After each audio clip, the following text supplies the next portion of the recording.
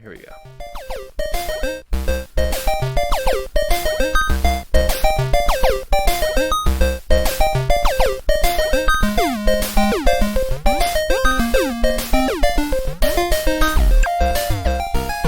Lore Boys here.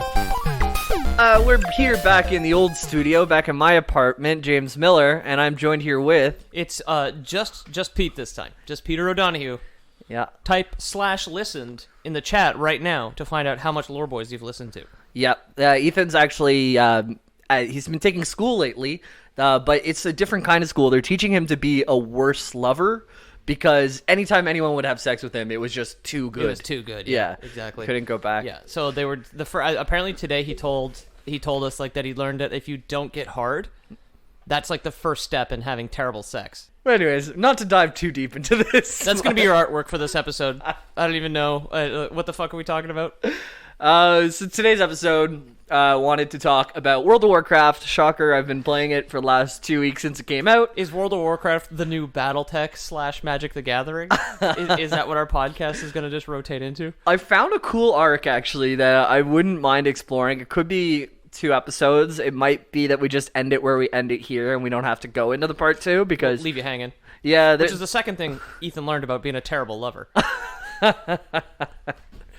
The thing is, like, with this story is it just keeps going, so like it's really fine, I think, if we stop it where we do, but we'll see. It's the story of Ashbringer, one of the legendary weapons in World of Warcraft. It's a sword, right? Yep, really cool sword. I'll describe it a bit better later, but just know that it is the sword that takes down the Lich King later on, actually. Oh, shit. Yeah. Oh, for the record, Ethan's not here. Not being here is 100% my fault, because I thought I had an appointment at 10 today. I had an appointment at 6. Yeah, well, like 18 can kind of look like 1-0 if you're looking at a digital clock, but it's because obviously because we're in Quebec, even my English emails are sent in military time. Yeah, so it was 1800, and I looked at it too quickly like 2 days ago, and then just never looked at it again until this morning. Nice. I'm glad I figured out your mix-up so quick, actually. Yeah. Well, I mean, we're both 2 English dummies living in Quebec, so that probably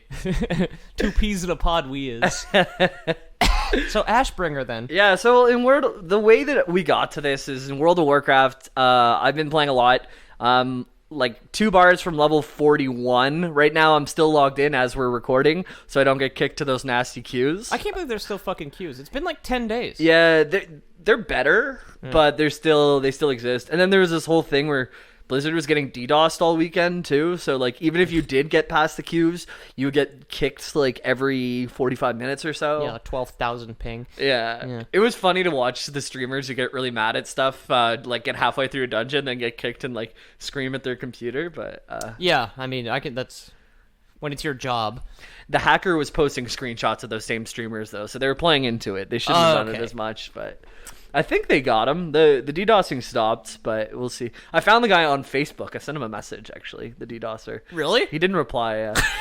Well, that was your name. So I won't say his name. I don't want to give him any more fame. But I was playing a lot of WoW in the last week or so, and when I wanted to choose something, I was running the instance Scarlet Monastery a lot. This is a 4-part dungeon that is in the 30 to 40 range, a little past 40. Up until this point, a dungeon will take you up like 2 or 3 levels in the range. This one has like a range of like over 10 levels. So this is one that you get stuck in for a long ass time. Okay, holy shit. But there's 4 wings of it, and each with increasing difficulty. There is the graveyard, which is the easiest. Then there is the library, which is the second easiest. Then there's the armory, which is the second hardest. And then reception. No. Cathedral. Oh, okay. Yeah, well, the monastery, it makes sense the cathedral would be the hardest area, I guess. That's where they keep the spookiest priests. Yeah. Well, there's this one guy named Renaud Mograine. Okay. The Mograine family is going to be really important in this episode. We're pretty much talking about them. Okay. Because once I looked into the Mograines' stories, I found out that the Ashbringer, the sword Ashbringer, which is normally wielded by Tyrion Fordring, or what I thought it was, because it currently was held by Tyrion Fordring, it had a long history with the Mograines and their past. So, okay. Renault Mulgrain is one of the bosses, and he can be resurrected by a priestess. He's the last boss in the cathedral. You kill him, and then you think it's all over, and then a priestess comes out of a door and just resurrects them, and then you have to fight the priestess and the paladin at the same time. Do you have to kill her first? I have so far with my groups, so she can't heal the paladin anymore. Right, yeah. So it makes sense. Okay. It stands to logic.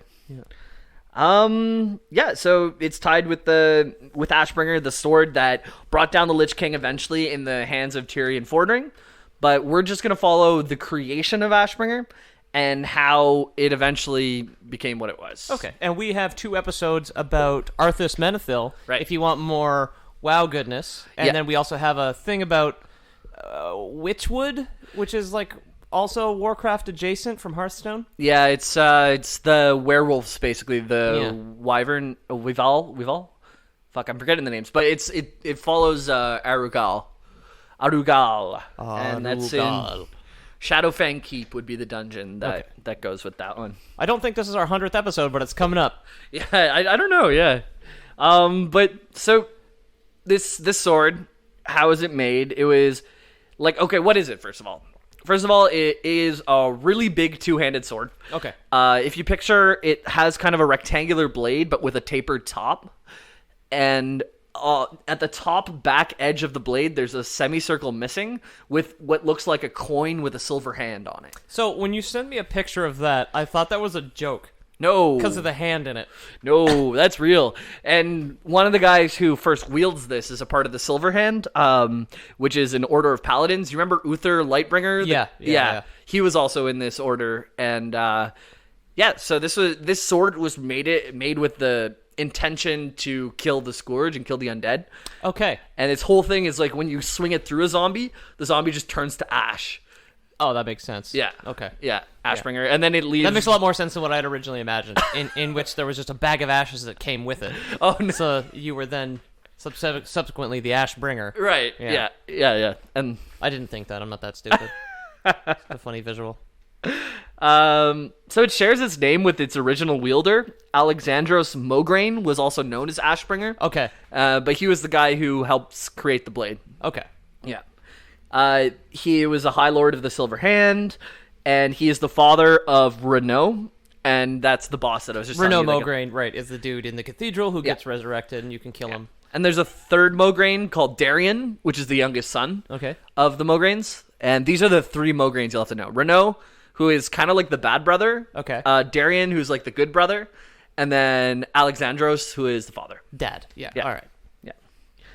So we start with Alexandros. This is in the Second War. So the First War is whenever Gul'dan opened up all the portals and all the evil, differently colored orcs came through. Right, that's from the movie. Right, and they were all infected with fell energy, and that's why I think they're red instead of green. No, because I should reiterate. I know it was also the first Warcraft game that they then put into the film, but the easier way to view that story is in the film. Yes. The bad ones are green because the fell is green fire, basically. Okay. I actually watched that movie about a month and a half ago, I feel like. Really? 2 months? It's on Netflix. I thought it was the red was the bad ones because in the Warlords of Draenor expansion, whenever all these warlords that come through who are infected with the foul energy, they're all red, but...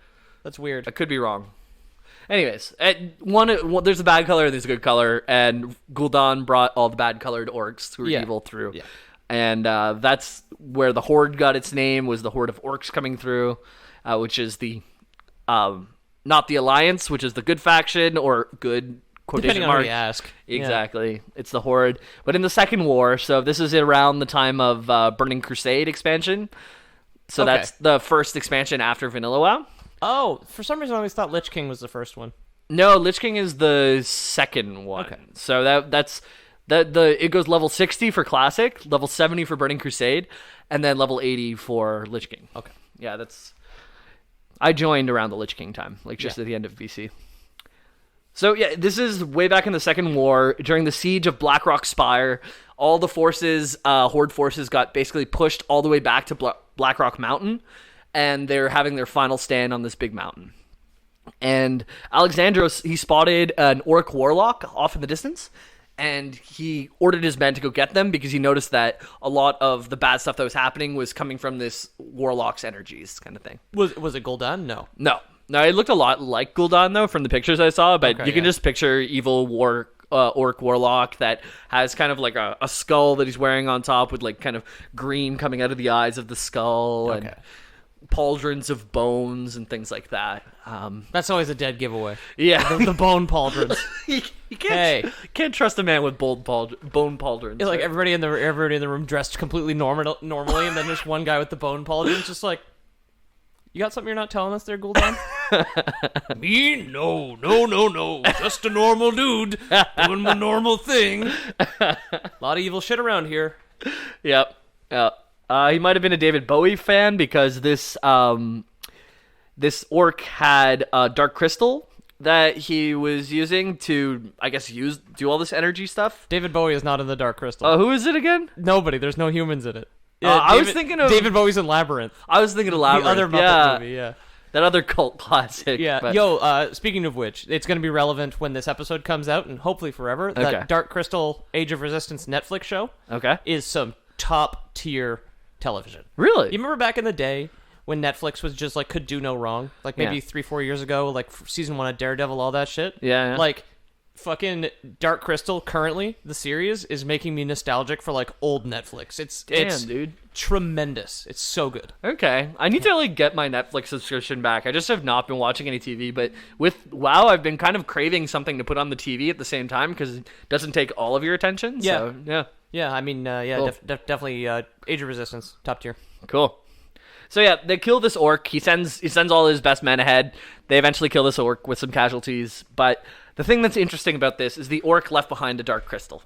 Okay. Alexandros Mograine walks up and he goes to pick it up, and it instantly... Not even with like fucking tongs or anything? Nope, uses his hand. Speaking of other good TV, that the same thing happens in Chernobyl in the first episode when they're cleaning up radioactive material. Right. Some dude just picks up a rock and it obviously scorches his bones. Yeah, that happened to Mograine, except he lost all of the flesh up to around his wrist, so he just had a skeleton hand. Nice. And then he's friends with a bunch of paladins, and he's a paladin himself, right? So they use the power of the light to try and heal it.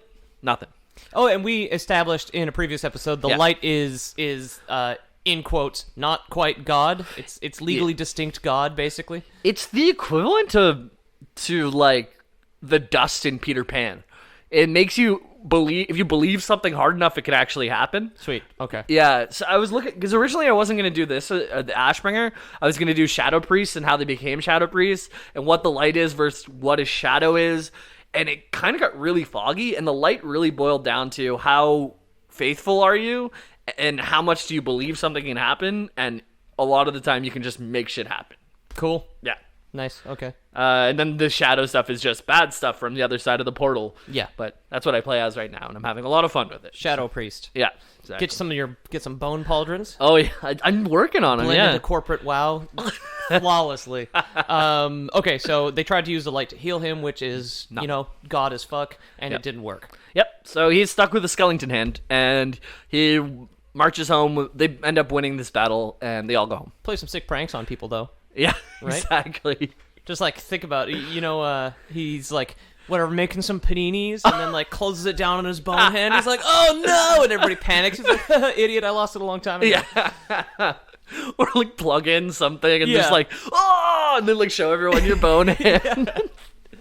Yeah, we'd have a lot of fun with that. That only work. Yeah, it's like you after the episode. Here we go. After the episode, we'll add a new Patreon tier. It's all multiples of 3, and this one's gonna have to be pretty serious. Yeah, Ethan will remove all the flesh from his hand. $999. Yeah. All right. That's $333 a boy. Right. And we will flay the flesh from Ethan's hand. Yes, Ethan will. Yeah, we will do that to Ethan for sure. So yeah, the guy loses all the skin on his hand, but they win the battle. He's not bleeding out or anything. He just has a bone hand. So. It just got dissolved. Yeah. There are worse things. So just go home. He says before the end of the episode. Yeah, exactly. You have good intuition there. Good Yeah, no intuition. kidding, eh? So then he goes home, and this is around the time where we start to learn about his family. Okay. So he has his kid Renault, and that's cool. Him and his lovely wife have Renault. And then him and his lovely wife have Darian, who's the younger child.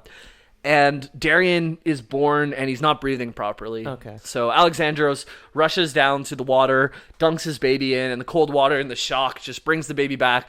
He starts coughing and then crying. So crying is good because it's breathing. Yeah. Then he goes back to show his wife, and his wife had died from childbirth. Oh, no. Yeah, so... I thought one of the babies would have been born with a bone hand. No. Because it was some kind of curse. No, just a dead mom. All his sperms have little bone tails. Yeah, so that's not a super happy way to start the episode, but the guy, Alexandros, Darian becomes his favorite son. And this is not what you would think, like the boy who killed your mother becomes the favorite son. Like Tyrion in Game of Thrones, definitely not the favorite son. I was going to say, yeah, it's the opposite of that. Yeah, but Darian becomes the favorite son because he really looks like his mother. He's the last piece of Alexandra's wife, so he cherishes it. Right, yeah. Well, that makes sense. Yeah. But this isn't great for Renault because he kind of obviously favors Darian. And Renault kind of resents this. Oh, like when they're walking down, when they cross the street, he makes Renault hold the bone hand. and he uses his good hand on Darian. Right, exactly. Okay. There's your artwork right there. Yeah. Yeah, pretty much. Renault, hold Daddy's bone hand across the street. I don't want to. It feels like Grandma's knees. Yeah, I can hear things whispering to me. Yeah, so the boys start to grow up, just kind of know that there's this resentment from Renault and Darian, but that's just kind of planting the seed for later. Yeah. And eventually, around the time where the undead problem starts to happen, so you remember Arthas and Jaina, they went out for a walk because they were going to a city because they heard there was an undead problem. But yeah, there was like a curse on some grain, and it was turning people into ghouls. Yeah, exactly. They didn't really know the extent of it yet, but they were just kind of out on an exploration mission. So undead right now is kind of a problem, but it's not the main problem of Azeroth that it becomes a few months later. Right, yeah. Yeah. If you guys want background, by the way, on anything that when I refer to Arthas, there's going to be callbacks. We do have 2 episodes out. One of them's called Warcraft Part 3. And then the other one's called Arthas Part 2. I looked them up today, and they were kind of confusing. So dang. Might rename those. Yeah. But if you just go to theloreboys.com, it's way easier to find, though, because the title cards are consistent. Yeah. Then you can download from there if you want. Yeah, that's our bad. You know, it's almost 100 episodes, and we're still, like, branding idiots. We have, like, 2 different handles on everything. Fuck. Yeah. So Mograine, this comes around the time where the Silver Hand realizes there's an undead problem, and they start to look for solutions. And Mograine says, well, I got this dark crystal that I've kept in a box under my bed, so I wonder if we could use this for something. And they pull that out. All right. And all the Order of the Silver Hand at this point, Uther might have been there. I don't think he was. I think he was still patrolling with Arthas at the time. But they say, okay, we're gonna try and figure this thing out. And they start casting their lay of hands on it or their holy lights, and they're trying to make things happen. And it just stays like this dark crystal that looks like it'll absorb holy light forever. Okay. But at a certain point, it like reaches its threshold and just flips from an object of pure darkness into an object of pure light. Oh. Yeah.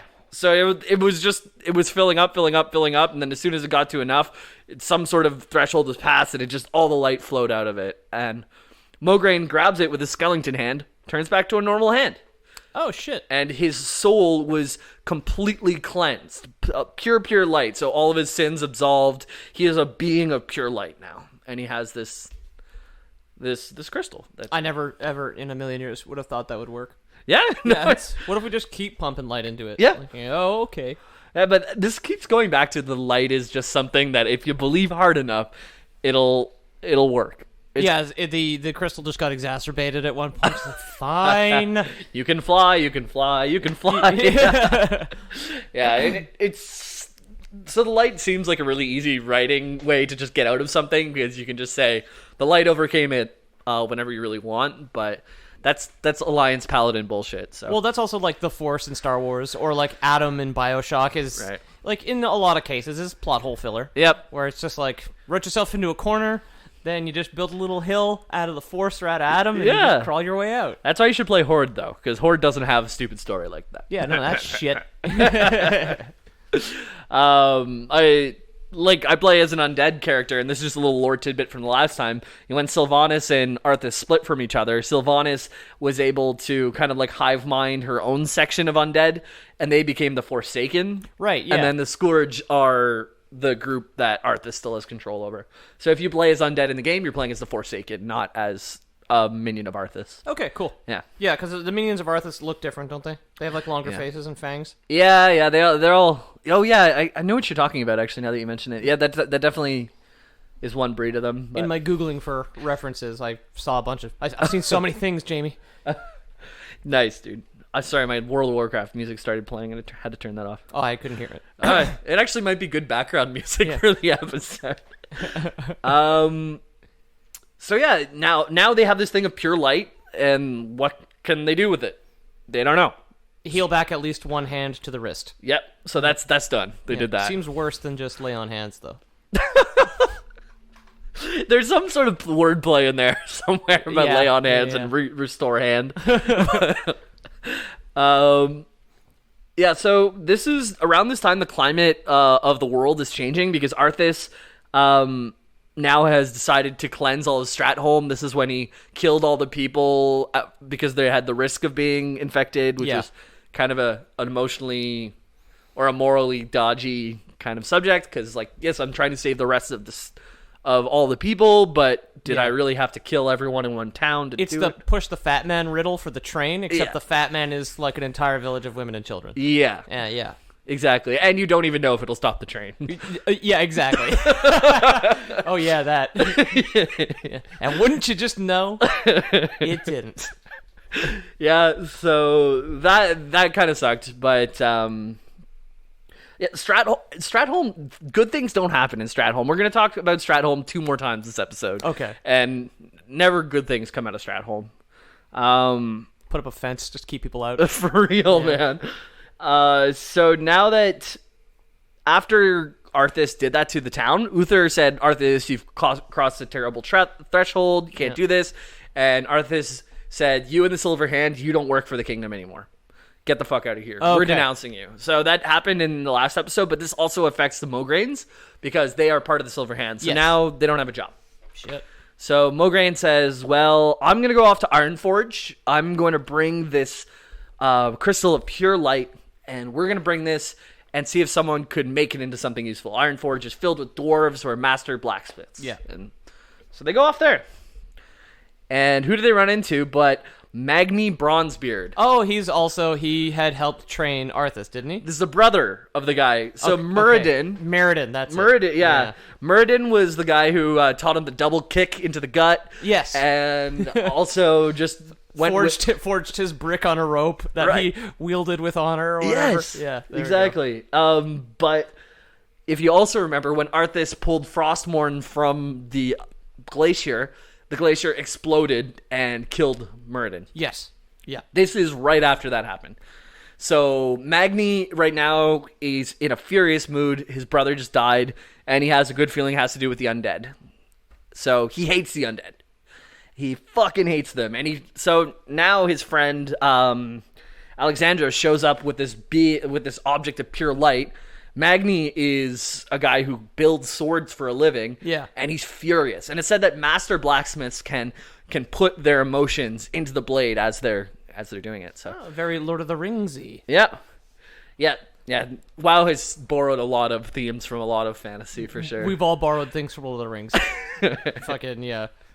So he pulls back his hammer, and with a grief-ridden, war-torn yell, he brings down the hammer, and he just tang for hours and hours. And there's a 4-part comic of the creation of Lightbringer. Oh, sweet. And he's just like this jacked dude, and you see him how angry he fucking is, and just pounding away at it. He's so sweaty, it's so hot. Yeah, it is. And And he comes up with this thing, with the best thing he had ever created. One of the best swords that has ever even passed through Ironforge. The first radio. Well, that's funny because Frostmourne was our Wi-Fi signal in the last one. So now Ashbringer's our radio signal, I guess. Yeah. Back to the basics, but... I guess gnomes would...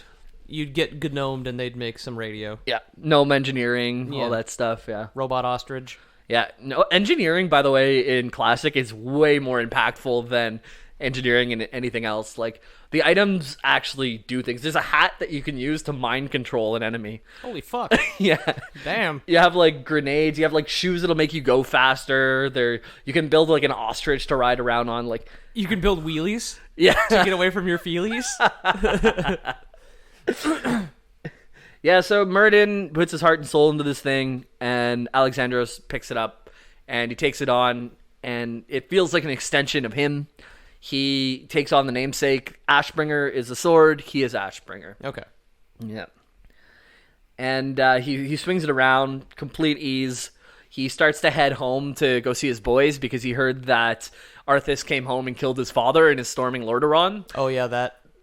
So that's something that happened. Yeah. Man, some of these people that just, like, in Arthas's orbit just can't catch a fucking break. No. Jeez. So he rushes home to make sure his boys are okay because there's undead storming his hometown.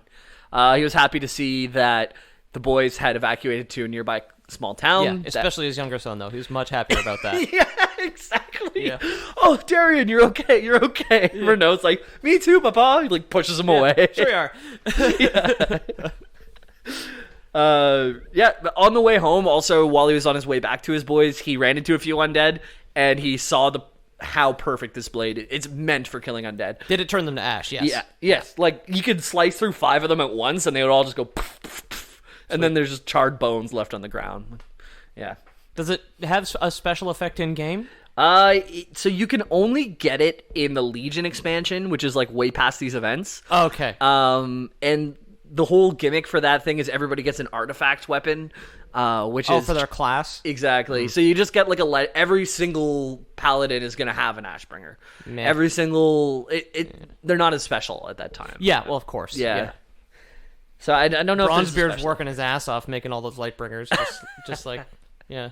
There's probably like fire damage or something like that to it. I don't know. I didn't actually play a paladin in that Lightbringer? What? Made in China? I got ripped off.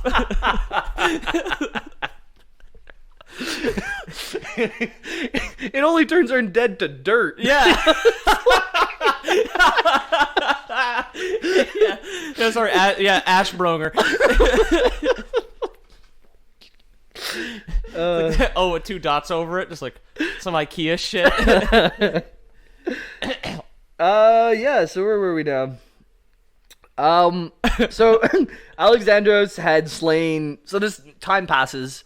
Arthas is kind of setting up his whole thing. He's marching to go get Kel'Thuzad's bones to resurrect Kel'Thuzad. Those were in Stratholme, in the barn or whatever. Yeah. Exactly. And then he went to resurrect his horse. He brought back a couple Dreadlords. Then the Dreadlords came out. There's a bunch of stuff going on in the background right now. Yeah. But all in the last episodes. And Mograine right now is just killing undeads by like the thousands. He's just slicing through them. None of them can stand up to him. Does it protect him as well? Beyond just being a good swordsman, is there like some sort of magical thing associated with it? Or? I would say maybe towards undead, because an undead will never kill him or doesn't ever kill him in this whole story. Turn undead. But I'd say against normal people, no. But it's for sure just like the bane of all undead. They call it the Scourge of the Scourge. Like, sweet. Okay. Yeah. Scourge for the Scourge. Yeah.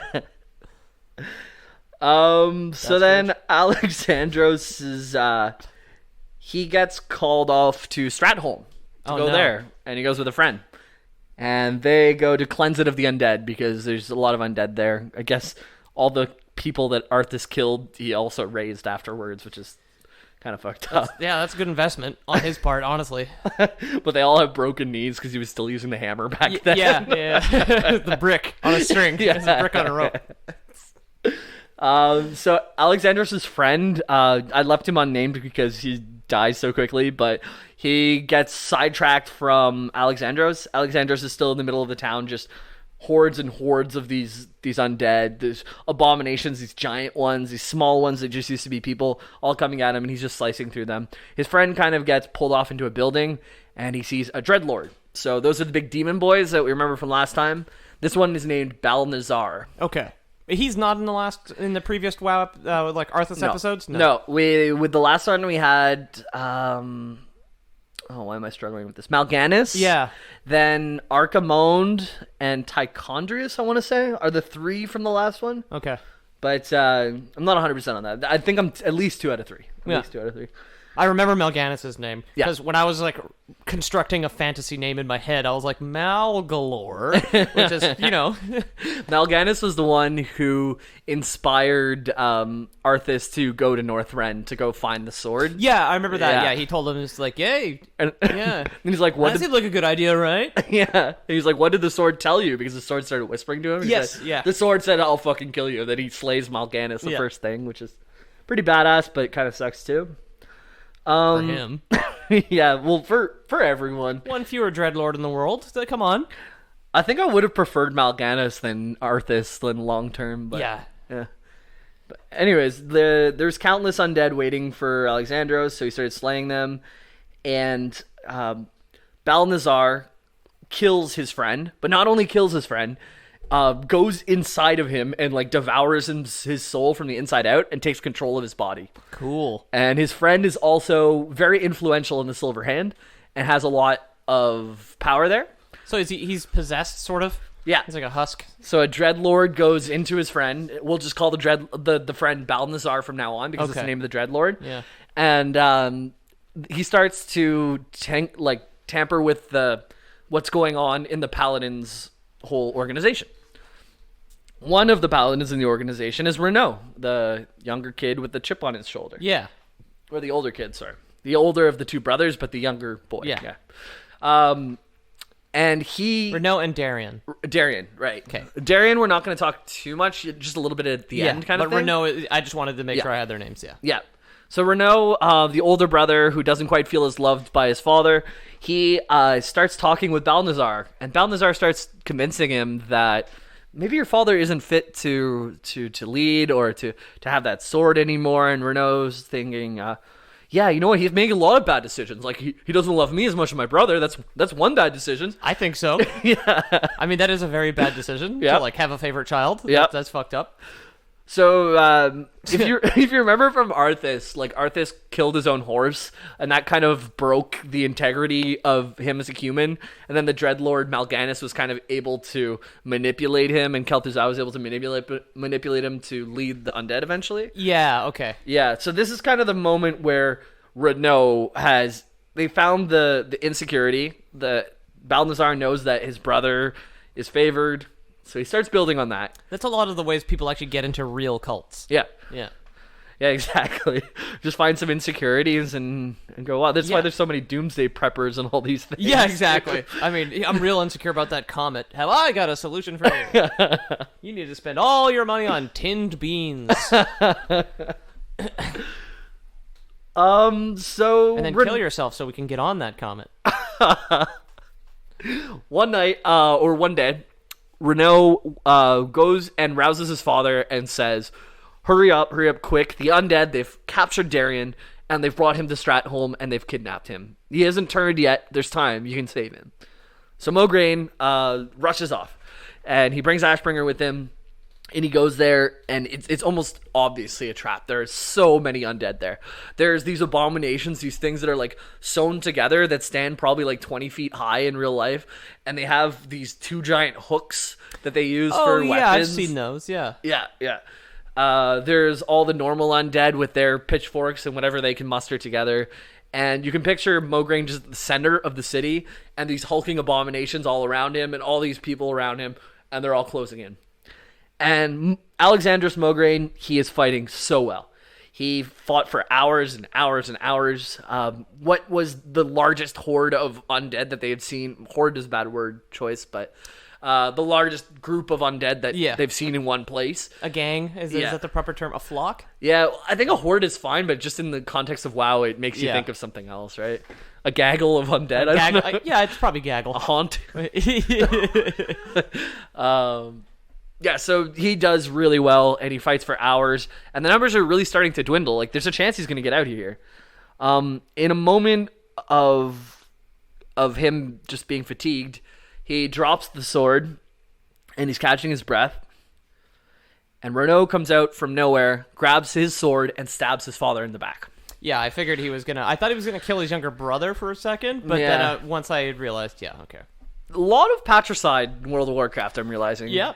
I wonder at which point during the thousands and thousands of undead that he had slayed, he's like, God, this is really starting to feel like a trap. What's with legendary swords leading to killing your father, too? Especially this good one. Yeah. Fuck.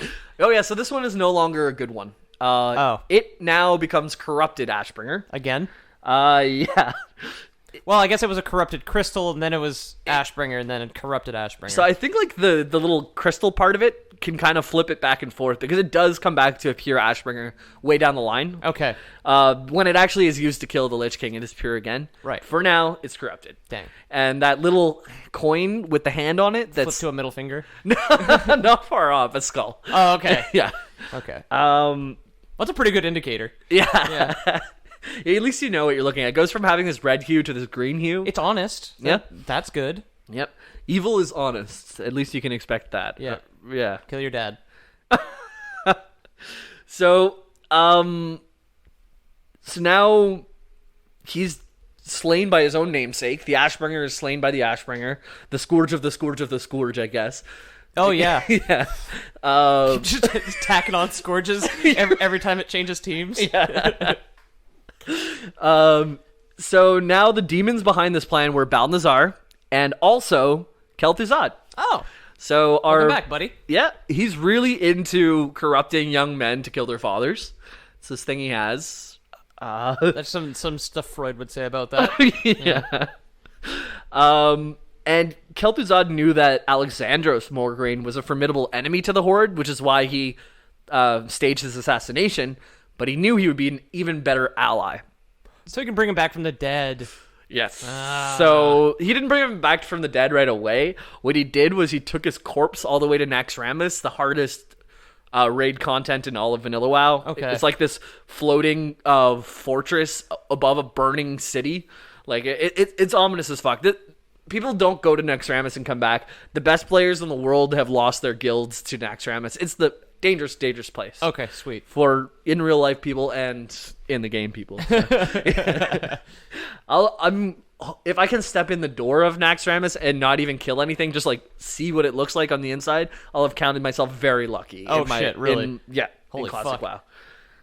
And I'm playing a lot. So. Yeah, Classic was hardcore as hell. Yeah. From what I'm gathering, and that's why people are really excited about it. Yeah.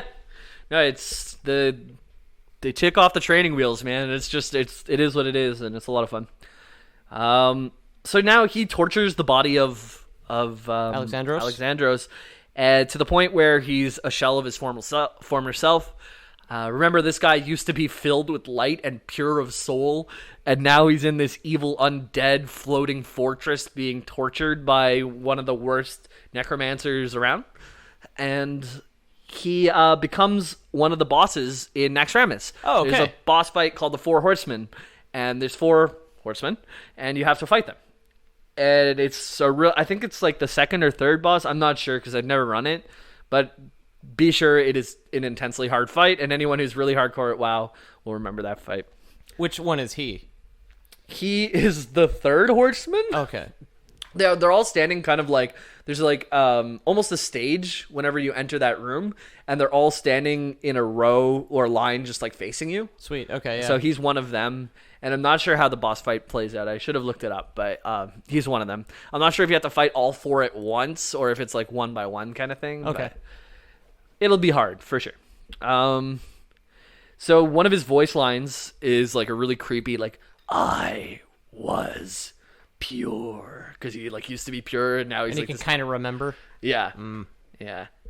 So like I said, Ashbringer was corrupted. It was corrupted, and now it's called Corrupted Ashbringer, and it's still in the care of Alexandros. Okay. So he has his green sword with the skull on it now. He's all gaunt. He has green eyes. He has red hair, and he's balding on top, but he's wearing like a tiara almost. But Okay, like a thin crown. yeah, Okay. exactly. I thought he was going to be wearing one of those like fisherman's hats to cover up that he's going bald. No, it's red hair, long red hair up to a small crown, and then just bald on He's the got top. a skullet. Yep. Nice. Yeah. Yeah. Well, it matches the sword, right? It's got the skull on the sword, and then shows off his skull. Corrupted Ashbringer, for anyone who cares about classic stats, I know some of you might be playing it right now. It is a two-hand sword that does 259 to 389 damage with a speed of 3.6. That's a 90 damage per second. To give you perspective, my wand, which is one of the main sources of damage that I have, that's just my weapon, it does like 26. If I'm capping all my spells, I can get up to like 80 damage per second. So this sword alone, without any other spells, is better than my best right now. So Okay, yeah. it's awesome. It inflicts the will of Ashbringer upon the wielder. Don't know what that means. It improves your chance to get a critical strike by 2%. Pretty big in Classic WoW. Yeah. Improves your chance to hit by 1%. Again, pretty big. And it also has life steal of like 200 life per hit, which is pretty shit. big. Yeah. That seems like a hell of a lot. Yeah. My priest right now, I'm looking at, has like 1,200 health. Okay, yeah. So that's like, yeah, it's 6 hits would bring me to full health. Yeah. Kind of thing, yeah. Yeah, so the silver hand that Alexandros left behind fell into disarray after his death. Yeah, well, I can imagine. He's still led by a dreadlord. Uther's also been killed by Arthas. Yeah, he got killed by Arthas, yeah. Fuck. Yeah, because he was giving a long monologue, and then Arthas grabbed the sword and stabbed him in the gut, even though Uther had the upper hand. Yeah, because he was like praying or something. Yeah. I remember that. I just listened to the 2 episodes today while I was getting ready, so I'm remembering them a lot. But. We listen to our own things to hype ourselves up. More to remember what the jokes were, and then also what I said then, so I wouldn't contradict myself. Oh, okay. And I could also correct myself if I said anything wrong. But, Okay. yeah, and I just love jacking off to my own voice. Yes, the 3 pillars of the good podcaster. Correct yourself. Remember, call back to old bits. Yes. Jerk off to your own voice. So now, basically, his sons were also left without a father. Renaud hid the fact that he killed his father. They said the undead just got him, kind of thing. Yeah, okay, yeah, well, that makes sense. Yeah. There was also like a Jeeves type figure that followed Alexandros around. I haven't brought him up until this point. Like a butler or a squire? Yeah, he kind of goes with him everywhere. His name's Fairbanks. Oh, that's a great name for a butler. Yeah. Love it. And he goes with him everywhere, and he was there. He was thought to have died in the undead waves. Yeah. Basically before Alexandros died too, to his son. But what actually happened is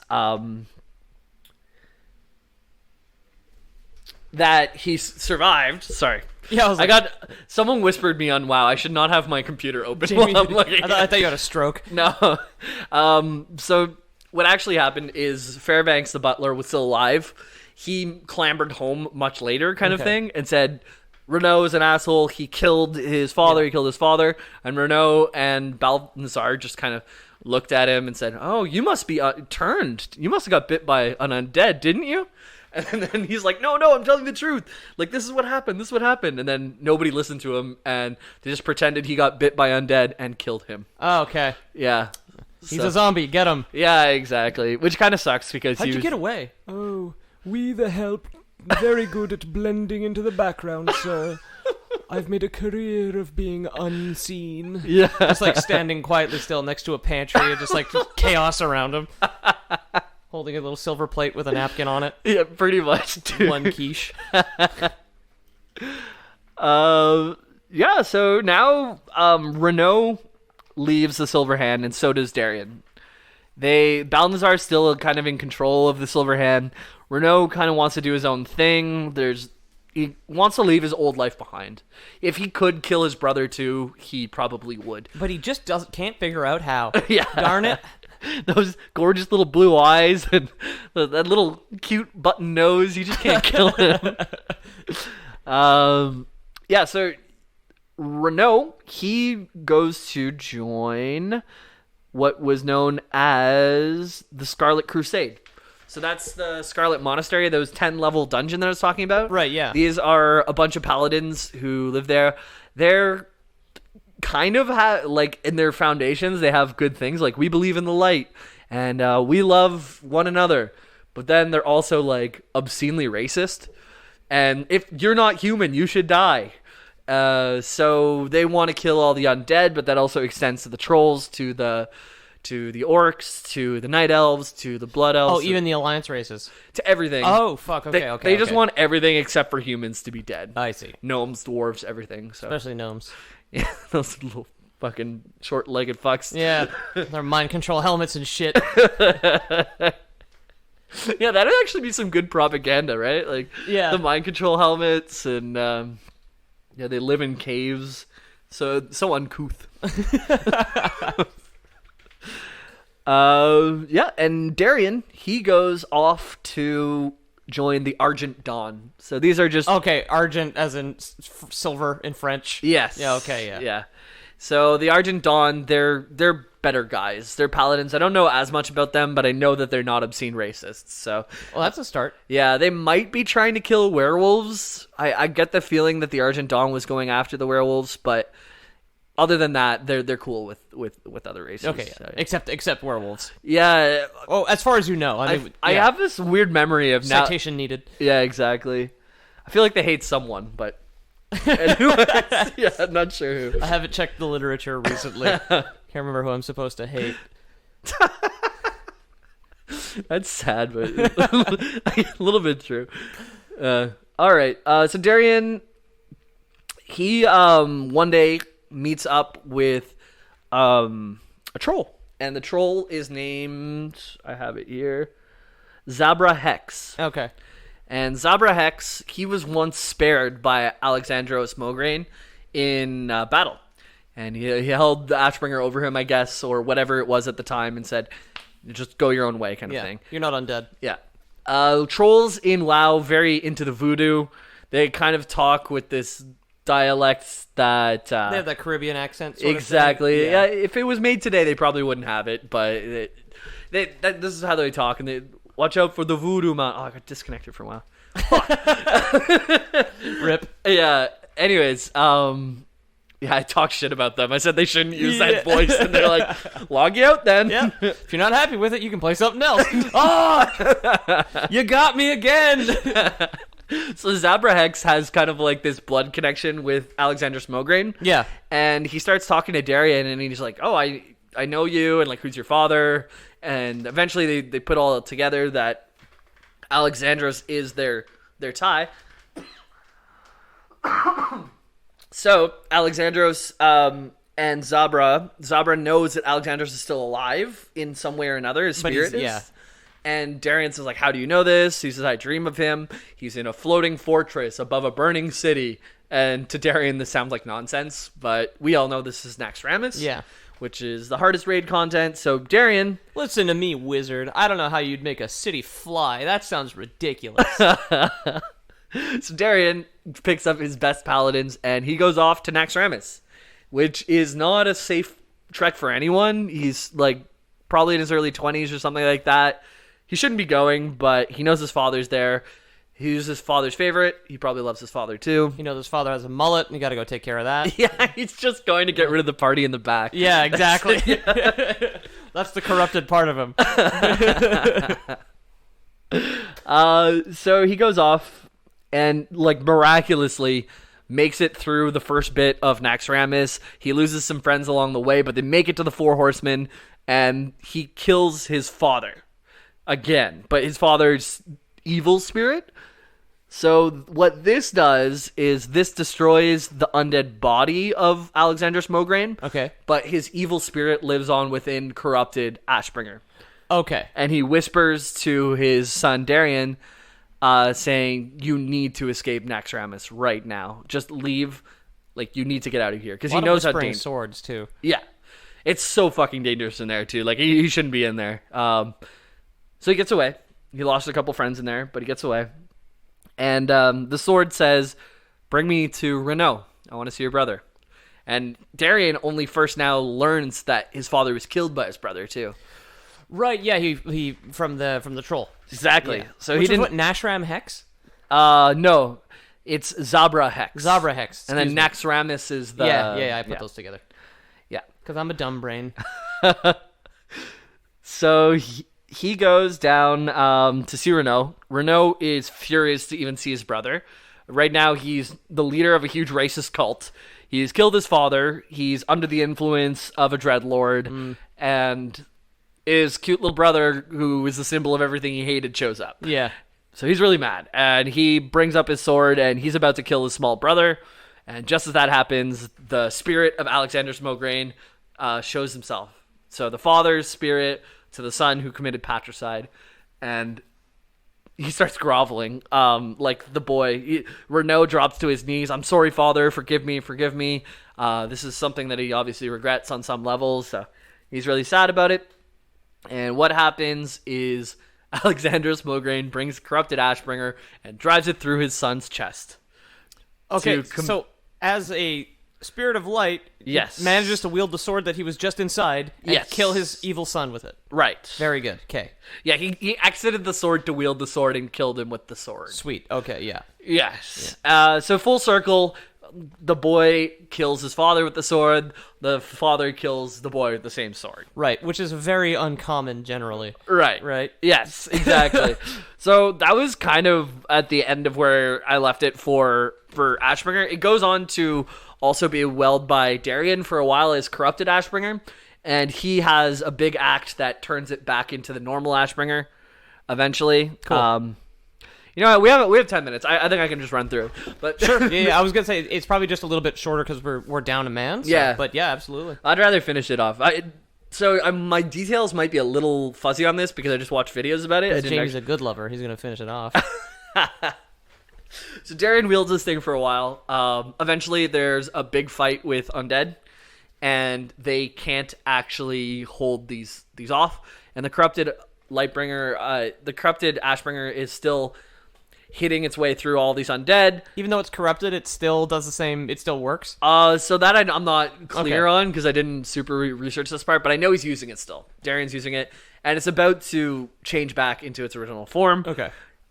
Basically as a last time thing, for the love of his father, Darien wants to end this battle, and he speaks to the light, he speaks to the heavens, and he cries out, and with all the love of his father and the love of his kingdom, he stabs his own self in the chest with the corrupted Lightbringer, which frees the spirit of Alexander Smograin, which turns this act of light. There's like all the clouds opened up, and this pillar of light came down around Darius, frying all the undead all around them, and basically this act of goodness turned the sword back into what it was. Okay. Does he die? Yeah. Oh, okay. So he kills himself. He kills himself. Okay. He might come back as undead later as well, Darien. So all three Mograines are gone now. Yeah. Okay. Yeah, they pretty much kill themselves. But the thing with not Alexandros, with Darien? no, the other one, Renault. Renault. Since he's in the Scarlet Monastery, he hooks up with a priestess that can resurrect him all the time. Right. So he just gets killed and then resurrected, and killed and resurrected. Alexandros Mograine, he lives on in Naxxramas as one of the bosses in the game anyways. Yeah. And Darien, I'm not quite sure what becomes of him, but his act of goodness, his act of sacrifice saved a bunch of people. And purified the Ashbringer. Yeah, Okay. purified the Ashbringer and his father. Okay. Tyrion picks up the Ashbringer and kind of goes on with it. Ends up creating a camp outside of the Frozen Throne, and whenever you actually beat Arthas, the Lich King, Tyrion is there. In the final cutscene, you don't get the last blow, even though you killed him on the screen. His health bar goes to 0. Oh, okay. It's like Tyrion goes in and with the Ashbringer finally kills him. Okay, cool. And then Bolvir, I think it's Tyrion's brother, puts on the helm and sits on the Frozen Throne, and everything freezes over. Yeah, that's it. He holds the burden within him forever. Yeah. But that's the Ashbringer. There's a lot of Sword gets around. Destroyed everyone in its wake except for Tyrion, and Tyrion still holds on to it. Okay, cool. Yeah. As for legendary swords in World of Warcraft, just don't touch them, I think. Yeah, stay away. Frostmourne made Arthas kill his father and a bunch of other bad shit, kill his mentors, both of them. Ashbringer got a dad and son kill. And then another son killed himself. Yeah. Eventually, that sword did lead to Frostmourne being laid down as well, but yeah, that's that. But that's the Ashbringer. All right, stay away from legendary swords, everybody. Yep. Yeah, exactly. And next time, for all you guys who are playing World of Warcraft Classic right now, the average person is probably around just getting to Scarlet Monastery or near the end of Scarlet Monastery. So whenever you kill Mograine in the Cathedral, you can do it and feel good about it. Think about me. Yeah.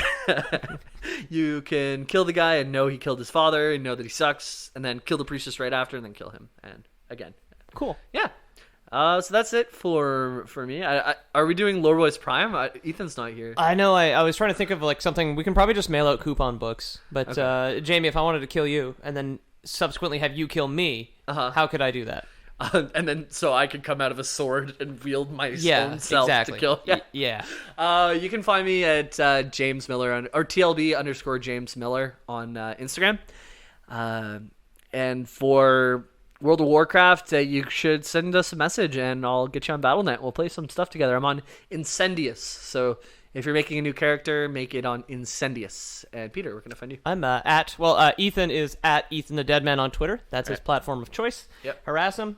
I'm at Pete O'Donohue on Twitter and at Lore Boys Podcast on Instagram. Yep. It's getting updated fairly regularly these days because I have a lot more time. We are Lore Boys on Patreon, so Lore Boys Prime is actually a real thing now. If you'd like, we've got a few tiers. The main one is $3. It's just $1 for each of us to, I don't know, it's more of like just a show of fandom than anything, but we're grateful for everybody who's supporting us now, and even grateful for everybody who reaches out and contacts us, so please feel free to email us at loreboyspodcast@gmail.com. Yep. Leave us reviews on whatever podcast app you're using, if it's got a rating system, because that shit is super important. And if you send us an email or leave us a review with text, we will read it on air. If you don't want that, specify in the email, because that's default contract. Yeah, send us those emails though. They make us super, super happy. It's like it brightens the day. Even if the day isn't bad and we get an email from somebody out there, it's always just like, wow. Yeah, exactly. This day's even better. Yeah, we still see our regulars out there. We see our Darnells, we see our Matans, we see our Tom Jensens, all Chimeras. Those people out there, man. We're super happy to hear from you, so keep it up. And we hope to add more lore folk to our community. So. Yeah, and we're getting into some requests soon, as far as I know. I know they started to pile up, so we will get to things. Yeah. Of course, it's just time and what's hot and what's not in kind of the gaming season. It's like autumn now, so we've kind of got to get. If there's something relevant, I feel like we have to prioritize that, but yeah. Yeah, all the sports games are going to come out soon. Our WWEs, our NBA 2Ks. Our, what do you call them? Madden. FIFAs. Oh, yeah, FIFA. Those two. There's that baseball game on PlayStation. The Show. MLB The Show, yeah. Yeah. Baseball is not my thing. No? No, I'm not into it. All right, well, let's bring it to home then, right now. Yeah. We don't like baseball, and that constitutes a Lore Boys. Out. You're out. Yeah, you're out. Goodbye, everybody.